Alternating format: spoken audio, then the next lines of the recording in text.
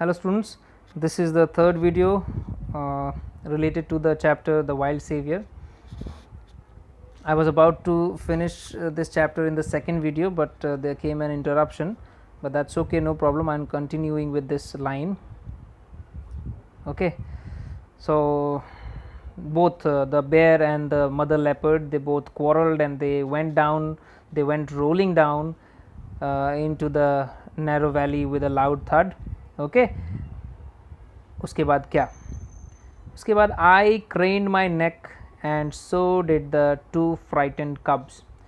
आई crane, देखो crane word आपने सुना भी है, क्रेन देखा भी है. क्रेन का यूज़ होता है बड़े बड़े भारी सामान उठाने में, ले जाने ले आने में.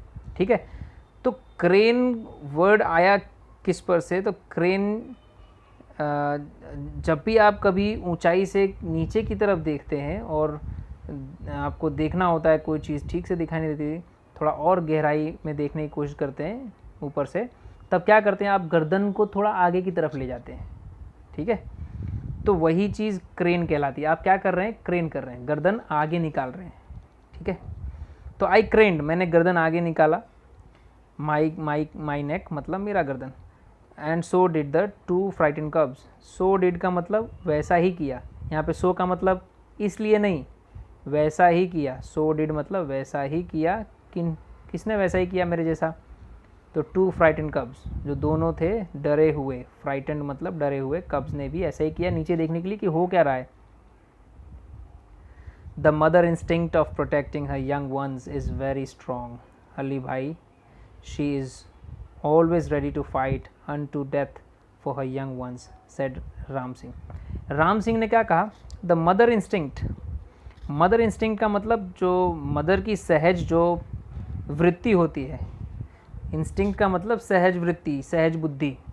ठीक है, तो उनकी जो सहज बुद्धि होती है, प्रोटेक्टिंग हर यंग वंस, कि अपने बच्चों को बचाना है, इज़ वेरी स्ट्रॉन्ग. वो सहज प्रवृत्ति, वो सहज वृत्ति बहुत स्ट्रॉन्ग होती है. अली भाई ये कह रहे हैं किससे, अली भाई से. She is always ready to fight unto death for her young ones. वो हमेशा रेडी होती है फाइट करने के लिए. Unto death, unto death का मतलब मरते दम तक. ठीक है, अन टू का मतलब तक, तो मरते दम तक अपने बच्चों के लिए वो हमेशा लड़ने के लिए रेडी रहती है. और ये आपने देखा भी है, ये भले जानवर हो या इंसान हो, मदर कभी भी अपने बच्चों की सुरक्षा के लिए मरने के लिए भी तैयार रहती है. तो ये बात राम सिंह ने कहा. Yes you are right, said the mother. और इस बात को से अग्री कौन करती हैं, तो मदर. मदर मतलब राम सिंह की वाइफ, नीलम और अर्जुन की माँ. वो क्या कहती हैं, हाँ आप सही हैं. सेड द मदर लविंगली, बहुत प्यार से उन्होंने कहा. Looking at the smiling faces of Neelam and Arjun. Neelam और अर्जुन के स्माइलिंग फेसेस को देखते हुए उन्होंने राम सिंह से कहा कि हाँ आप एकदम सही कह रहे हैं.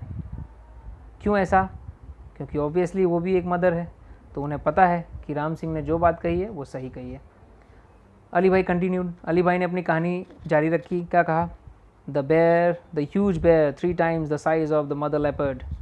जो बड़ा सा बेयर था ना, जो 3 times the size of mother leopard था, मतलब मदर लेपर्ड से साइज़ में 3 गुना बड़ा था. स्टूड अप, वो खड़ा हो गया. ऑन हिज हिंड लेग्स, अपने हिंड लेग्स पर. हिंड लेग्स मतलब क्या होता है, पिछले पैर. भालू के 4 पैर, तो जो पीछे के 2 पैर होते हैं वो क्या कहलाते हैं, हिंड लेग्स. आपने देखा भी होगा मूवी में या जू में, हिंड लेग्स पर भालू खड़ा हो जाता है तो उसकी जो हाइट हो जाती है वो 6 फुट से भी ज़्यादा हो जाती है. ठीक है, और बहुत ही भयानक दिखता है वो. तो इसका मतलब क्या, वो अब हमला करने के लिए तैयार हो गया है भालू. ओके, जब वो अपने पिछले पैरों पर खड़ा हो जाता है तो क्या करता है, he stretched out his big paws with strong sharp nails. तो उसने फैलाए, स्ट्रेच किया मतलब फैलाए. क्या फैलाए, उसके बिग पॉज, पॉ का मतलब होता है पंजा, और पंजे आगे के जो 2 पैर थे उसके पंजे उसने फैलाए. और वो दोनों पंजे कैसे थे, स्ट्रॉन्ग थे, मतलब विद स्ट्रॉन्ग शार्प नेल्स. उन दोनों पंजों में नेल्स जो थे, नाखून जो थे, वो स्ट्रॉन्ग भी थे, मजबूत भी थे और शार्प भी थे. मतलब धारदार भी थे, एक तरह से नुकीले थे। तो वो पंजे फैलाए उसने। He showed his teeth and growled, उसने अपनी दांत दिखाए और फिर ग्रोल किया, मतलब उसने गर्जना की, दहाड़ लगाई। अब यहाँ पर आपको मालूम है कि बिल्ली हो, डॉग हो, टाइगर हो, अगर उनका सामना किसी दूसरे वाइल्ड एनिमल से होता है जो वो उनके लिए भी खतरनाक हो सकता है, तो वो दोनों अपने भयानक रूप में आ जाते हैं, दांत पहले दिखाते हैं। आपने कुत्तों को लड़ते हुए देखा होगा, ठीक है। The mother snow leopard looked at him for a second, mother snow leopard ने उसके उस पर एक सेकेंड के लिए बस देखा। स्नाल्ड मतलब दांत दिखाकर जब घुर्राते हैं जानवर तो उसको स्नाल करना बोलते हैं, ठीक है। विद अ लीप, और फिर क्या किया, विद अ लीप, एक छलांग के साथ, knock down the black monster, बस एक लीप, एक छलांग के साथ ही ब्लैक मॉन्स्टर को क्या कर दिया, नॉक डाउन कर दिया। नॉक डाउन मतलब गिरा दिया। The whole valley echoed with the sounds of their fight. The whole valley, पूरा का पूरा, पूरी की पूरी घाटी echoed, echoed का मतलब गूंजने लगी। देखो ये एको कहलाता है, इसको प्रोनाउंस करेंगे आप एको, इको प्रोनाउंस ना करें, ठीक है। इको इसको बोलते हैं ECO को, जैसे इको फ्रेंडली, ठीक है। लेकिन ये एको है, इसको एको प्रोनाउंस किया जाता है, जिसका मतलब होता है गूंज या गूंजना या प्रतिध्वनि आना, ठीक है।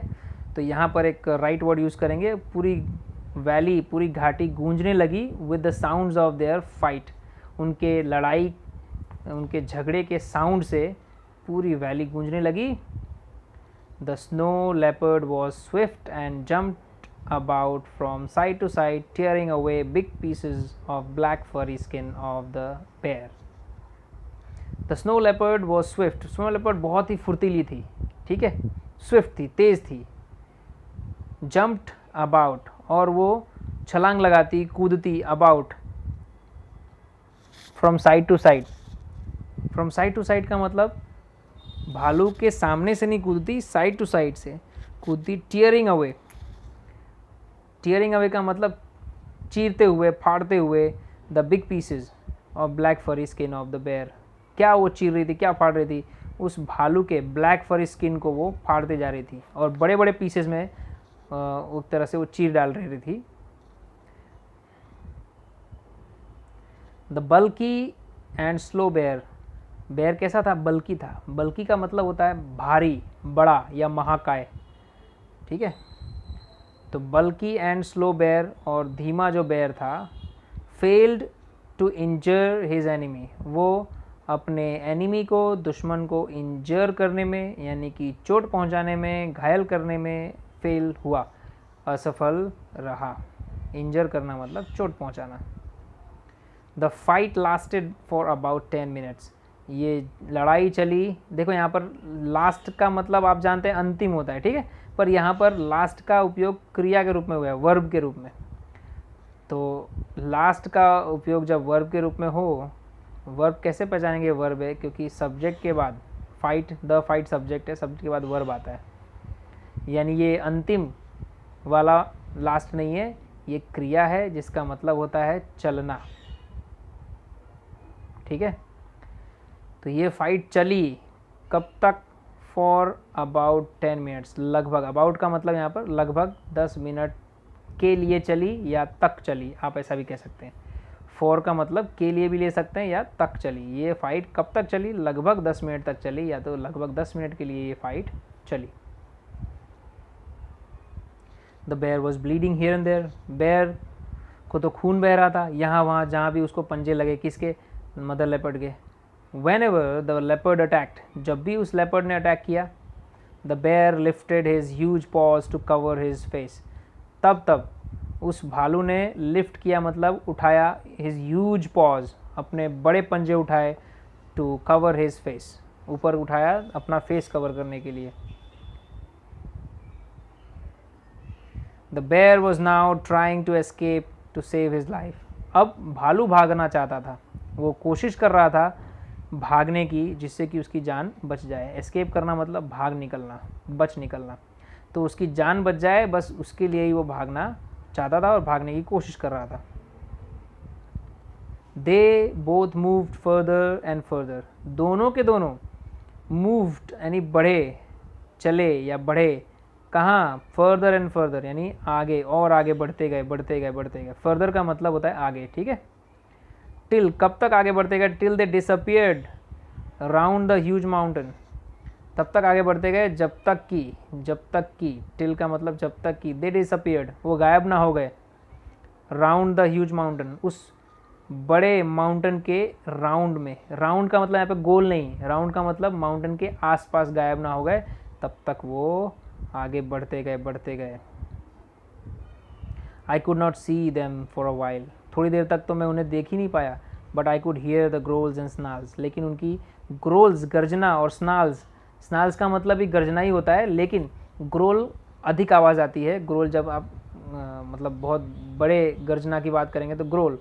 और मैंने आपको बताया था कि एनिमल्स जो होते हैं खासकर वाइल्ड, जिसमें डॉग्स और कैट्स भी आ गए, तो ये एनिमल्स क्या, जब भी दांत दिखाकर अपने एनिमी को एक तरह से डराते हैं या तो फाइट करते हैं, तब भी वो आवाज़ निकालते हैं दांत दिखाकर, पर वो स्नाल करना होता है, ठीक है, ओके। और ग्रोल तो आप जानते हैं किसी भी एनिमल की, वाइल्ड एनिमल की दहाड़, तो दोनों सुनाई दे रही थी लेकिन वो दिखाई नहीं दे रहे थे। देन द वैली वॉज काम एंड क्वाइट वंस अगेन, और फिर बाद में वैली फिर से काम एंड क्वाइट हो गई। क्यों बोल रहे हैं फिर से काम एंड क्वाइट, काम एंड क्वाइट का मतलब शांत, ठीक है, दोनों वर्ड का मतलब एक ही है, काम एंड क्वाइट दोनों का मतलब एक ही है। क्यों बोल रहे हैं, क्योंकि आपको ध्यान होगा स्टार्टिंग में जब उन्होंने स्टोरी बताना स्टार्ट किया था, आई मीन जब स्टोरी नरेट करना शुरू किया था, तब उन्होंने कहा था कि मैं मतलब चिड़ियों की आवाज़ ही आ रही थी, बाकी सब जगह शांति थी, तब मैं लंच करने बैठ गया था। तो वो वाली बात कर रहे हैं कि फिर से वैली में शांति छा गई। द मदर रीअपियर्ड, मदर लेपर्ड रीअपियर्ड का मतलब फिर से दिखाई दी, मतलब वो फिर से वहाँ आ गई। And ran up to her cubs, और अपने कब्स के पास दौड़कर चली गई, ठीक है। शी स्मेल्ट, पहले तो उसने अपने कब्स को, बच्चों को सूंघा, स्मेल किया, SMELL, उसका ये दूसरा रूप है स्मेल्ट, पहले तो सूंघा, लिक्ड फिर चाटा, them over and over again, उनको चाटा, ओवर एंड ओवर अगेन का मतलब बार बार चाटा, to make sure that they were not hurt by the bear, ये मेक श्योर करने के लिए वो बेयर से हर्ट ना हुए हों, मतलब बेयर ने उनको चोट न पहुंचाई हो। हर्ट करना मतलब भी क्या होता है, चोट पहुंचाना, ठीक है। तो ये मेक श्योर करने के लिए गई, सुनिश्चित करने के लिए गई, मेक श्योर का मतलब सुनिश्चित करने के लिए गई कि कहीं उस बेयर ने इनको नुकसान तो नहीं पहुंचाया, इसलिए उनको वो पहले सूंघ रही थी, उसके बाद उनको चाट रही थी बार बार। ये एनिमल्स का तरीका है प्यार जताने का, और एक तरह से ये भी देखने का कि कहीं कुछ प्रॉब्लम तो नहीं है बच्चों को। तो the three then climbed up the mountain and disappeared, फिर तीनों क्या करते हैं, climbed up the mountain, mountain पर चढ़ जाते हैं, एंड डिसअपियर्ड, और फिर गायब हो जाते हैं। तो नीलम क्या कहती है, you must have felt very relieved, यानी तब तो आपको बहुत ही एक तरह से राहत मिली होगी। तो अली भाई कहते हैं क्वाइट, बिल्कुल राहत मिली। I stayed in that position for some more time, मैं तो उसी पोजीशन में रह गया कुछ और समय के लिए, मतलब पेट के बल वो झुके हुए देखते ही रह गए, और जब तक वो बाहर मतलब दूर ना चले गए, वो वैसे के वैसे ही झुके रह गए, ठीक है।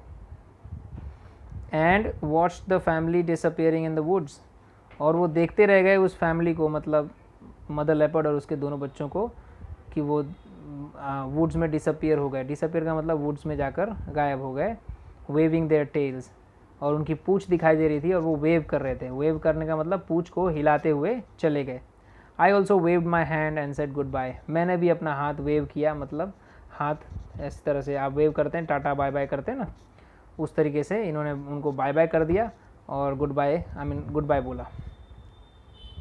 वो एक्चुअली देखा जाए तो वो कोई इनको टाटा बाय बाय नहीं कर रहे थे, बट इन्होंने बस अपना एक रिस्पॉन्स दे दिया, ठीक है।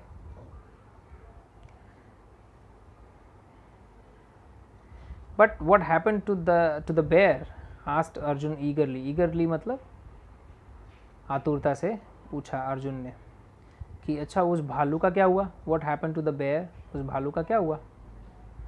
तो ये कहते हैं गॉड नोज़, भगवान जाने, all I know is that the coming of the bear was a blessing for me. मैं तो बस, ऑल आई नो का मतलब होता है मैं तो बस इतना ही जानता हूँ दैट कि उस बेयर का आना मेरे लिए आशीर्वाद स्वरूप हुआ, मेरे लिए वरदान स्वरूप हुआ, because it really save me, because उसकी वजह से मैं सच में बच गया। I thank God for saving the cubs and me too. मैंने भगवान का शुक्रिया अदा किया, किस लिए? कि उन्होंने कब्ज़ को भी बचा लिया और मुझे भी बचा लिया। यानी इस तरह से किसी की भी जान भी नहीं गई, मतलब भालू भी भाग ही गया होगा, यानी हर जानवर भी बच गए और अली भाई भी बच गए एक तरह से। तो इसमें वाइल्ड सेवियर कौन है? वाइल्ड सेवियर है द मदर लेपर्ड, ठीक है। और क्योंकि मदर लेपर्ड अगर बच्चों को बचाने के लिए भालू पर हमला नहीं करती, या भालू अगर नहीं आता, तो हो सकता था कि अली भाई पर मदर लेपर्ड हमला कर देती, क्योंकि वो बहुत ही नज़दीक थे। Okay, so this is the end of the story. Thank you.